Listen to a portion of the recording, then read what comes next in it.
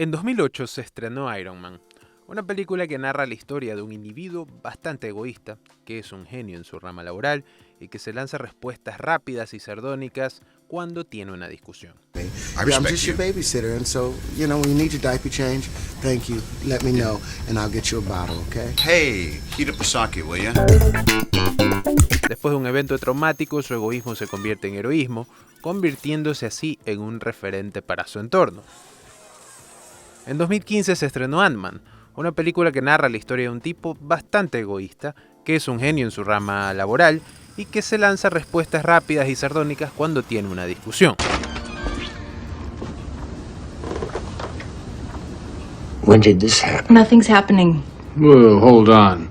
Something's kind of happening. Después de un evento traumático, su egoísmo se convierte en heroísmo, convirtiéndose así en un referente para su entorno. En 2016, por su parte, se estrenaría Doctor Strange, la historia de un individuo que, ya saben hacia dónde voy, ¿no?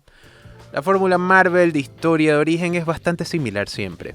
Cambia muy poco y ha sido efectiva casi en su totalidad, al menos hasta que llegó 2019.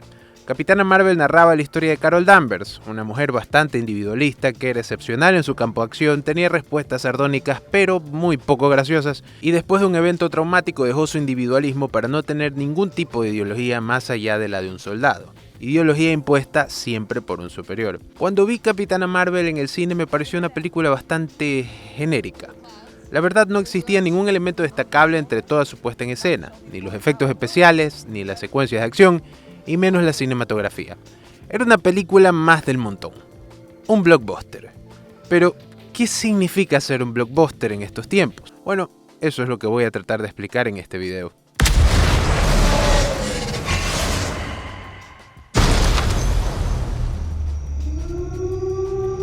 En los inicios, el cine no estaba pensado como una industria.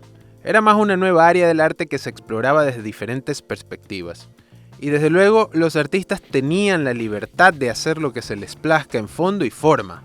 Así teníamos a cosas como las películas de Méliès, obras de arte narrativas y visuales, hasta el nacimiento del humor físico de Buster Keaton, la ciencia ficción de Fritz Lang, incluso hermosas piezas de crítica social que envejecieron muy bien como El nacimiento de una nación. En todo caso, esta exploración del arte visual se vio revolucionada con la llegada del sonido a las películas. Esto le daba otra profundidad a los productos audiovisuales. Los actores fueron cambiando debido a que sus capacidades actorales ya no requerían que sus gestos o acciones sean tan exageradas como en el cine mudo, sino mucho más centrada en asimilarse a la realidad. Esto desde luego encendió el ojo de los productores del ahora reluciente nuevo Hollywood, que cambió la búsqueda artística por más espectacularidad, tanto visual como física. La era de oro de Hollywood ya comenzaba a ubicar a las películas clásicas con una fórmula similar.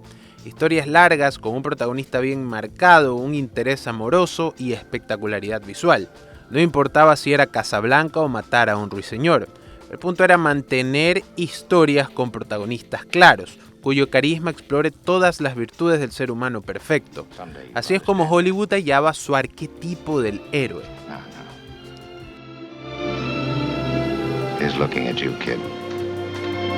En 1895, los hermanos Lumière, creadores del cine, hicieron su primera proyección cinematográfica. La imagen era la de un tren acercándose. En ese entonces, y debido al contexto tecnológico, el efecto que tuvo en la audiencia fue estremecedor. Las personas presentes creyeron que era un tren de verdad, lo que causó que se vayan corriendo de la sala.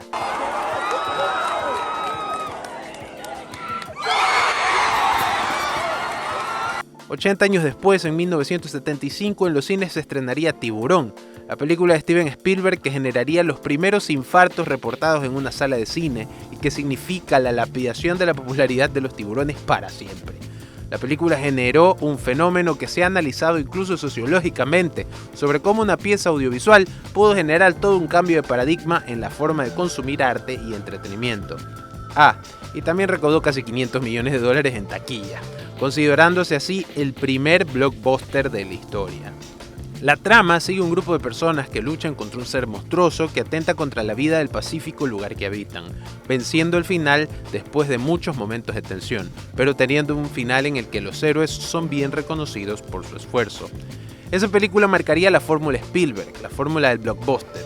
Un par de años después, George Lucas explotaría la fórmula agregándoles tintes cósmicos y magia. Un grupo de personas lucha contra un ser monstruoso que atenta con la vida del universo pacífico que habitan, venciendo al final. Eso fue Star Wars.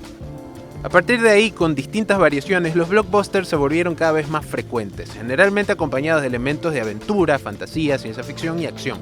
Eran inversiones seguras que ayudaban a apostar por un futuro garantizado para la productora, y bueno, décadas después, llegamos así a Marvel.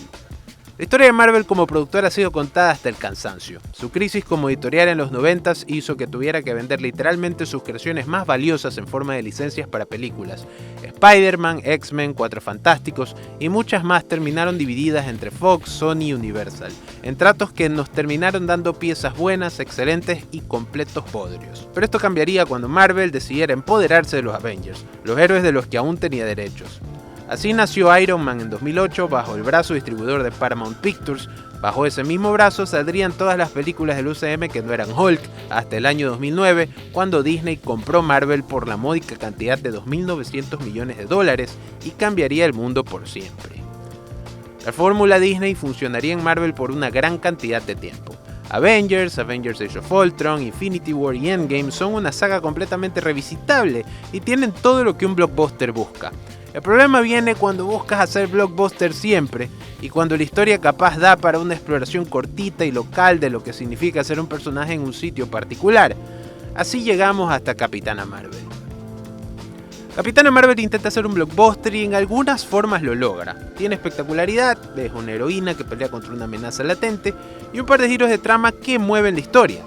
Y lo más importante de un blockbuster, una taquilla recontra exuberante. Ahora, su secuela de Marvels falla en todos los aspectos. Su historia es plana, casi carente de un argumento real, la amenaza tiene menos motivaciones claras que un perro rabioso y la estética se siente pobre, hecha con desprecio. No hay un solo elemento salvable en la revisión de esta película. No obstante, la fórmula está ahí, solamente que no tiene vida. En ningún momento hay un rato en el que sientas emoción. No hay una sola secuencia de acción que se sienta fluida o bien dirigida. Y ni hablar del guión. Al volver a revisarla te encuentras con una maraña de diálogos inconexos, casi como si el guión hubiera sido improvisado para calzar a la fuerza. Los tres personajes principales tienen cierta química, pero sus relaciones más significativas tienen muy poca fuerza. Ni siquiera el personaje de Kamala Khan, quien le pone todo el carisma a la película, logra jalarla hacia un mejor sitio. Porque pareciera que pertenecen a películas distintas. Pero más importante que eso, la taquilla fue lapidaria. The Marvels ni siquiera pudo llegar a igualar el presupuesto de producción. Es en sí un blockbuster fallido. Desde luego hay muchos ejemplos de blockbusters que no funcionan por diversas razones. Pero, ¿por qué The Marvels es un caso especial? Pues porque The Marvels es Marvel y Marvel es Disney. Pero más allá de eso, Marvel se conocía como la casa de las ideas.